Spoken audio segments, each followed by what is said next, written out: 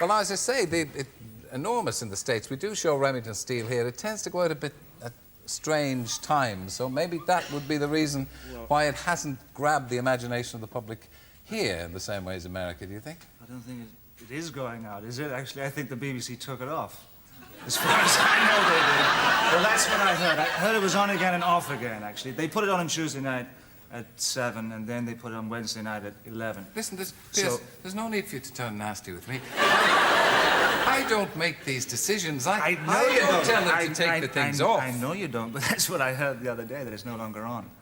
Oh, so, you're still making it, though? We're still making it, yes. Hence this growth here, see. We've just finished our third season back in the States. That's not a growth. That's not a growth. No. Yes, that's designer stubble you have there. It's designer stubble. Yeah. It's kind of like... Jacket. The jacket's got it as well. You don't wear that out in the street, do you, that jacket? No.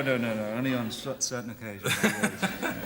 There's a class of the old Western about that. Do you there is. Have any ambitions to turn into John Wayne or anything? No, none whatsoever. Although I was going to do a movie, actually, this year, but that never got off the ground. Yeah. And that was going to be a Western. That was going to be a... What happened to the Irish accent? The Irish accent? Yeah. Well, that comes and goes. It all depends on who I'm talking to. So by the end of this interview, I might be back into the brogue. I don't know. But would you have had to change to a slightly recognizable American accent to work in Remington Steele? Well, actually, when I was working here, people thought I was mid-Atlantic anyway. So I was halfway there. Do you have any of the old Irish left? Because how old were you when you left Ireland? Well, yes, there's a little bit there. Yes, a little bit. I left actually now in '64. I left. It's coming back. It's coming back. I left a bit cod, as they would say, but I left in '64. Do you remember any of the old Irish, any of the Gaelic? Do you remember your name in Irish? No, I don't. No, I just about remembered in English actually. Pierce Brosnan. No, all I remember is Stig Shears and Dullawallia. And Stig Shears means sit down, and Dullawallia means go home. Do you not remember in class? Will Cadagum Dullamach? No. I very rarely put my hand up. No, of course, because you were educated by the Christian Brothers. Christian Brothers, they were fierce fellows. Fierce fellows, yeah. You put your hand up, you were very lucky to get it back. Really?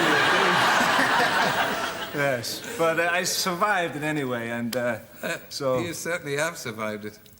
By way of Navan and Wimbledon, and now the Hollywood Hills in L.A. That's a strange place. It's not strange place. Well, we've had various reports of the Hollywood Hills and life there, but you enjoy it, don't you? I enjoy it, yes. I struck a vein of gold there. I was very fortunate. I was really lucky. I mean... you made a couple of small films. Or you had small parts in a couple of films here before you went. Yeah, I know the one you're going to pick up, yes. I was in... It was a slow week that week, actually, and I got into two films. I got into a film called The Long Good Friday, and another one was called The Mirror Cracked with Elizabeth Taylor. I don't remember you in The Long Good Friday. Was that a quick part? I was the gentleman killer. I was the killer. I pick the fellow up in the swimming baths, and then I stab him, and then I pop up at the end of the movie and I point at Mr. Hoskin's head. Yeah. You had to bend down to point to Mr. Hoskin. No, and the other one was I was being cradled on Liz Taylor's bosoms. It's it's very brief. I mean, not her bosoms, but I mean my appearance.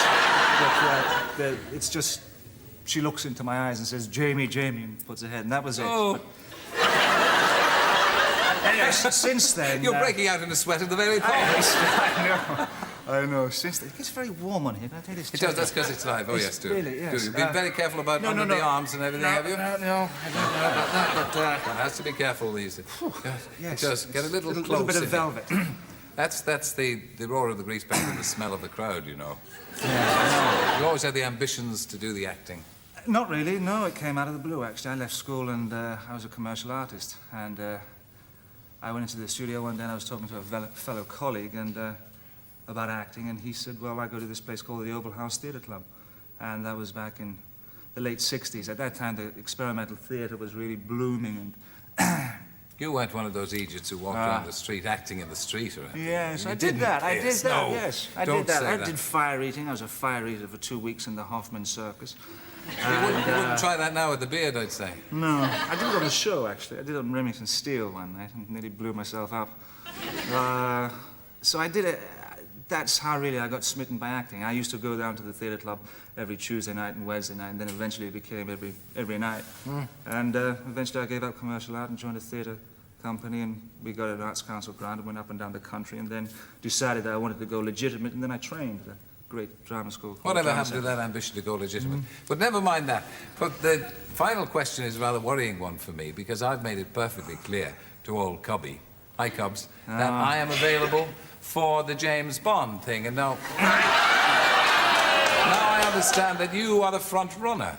I don't know anything about that. Now, don't start. That's a wicked rumor, really. I mean, that's quite something. It's fabrication by the press back there in the US. I mean, it's... Have you never been... Has Cubby not sidled up to you at a party and said, "Hey, kid, Cubby hasn't like to be anything James of the Bond?" sort. No.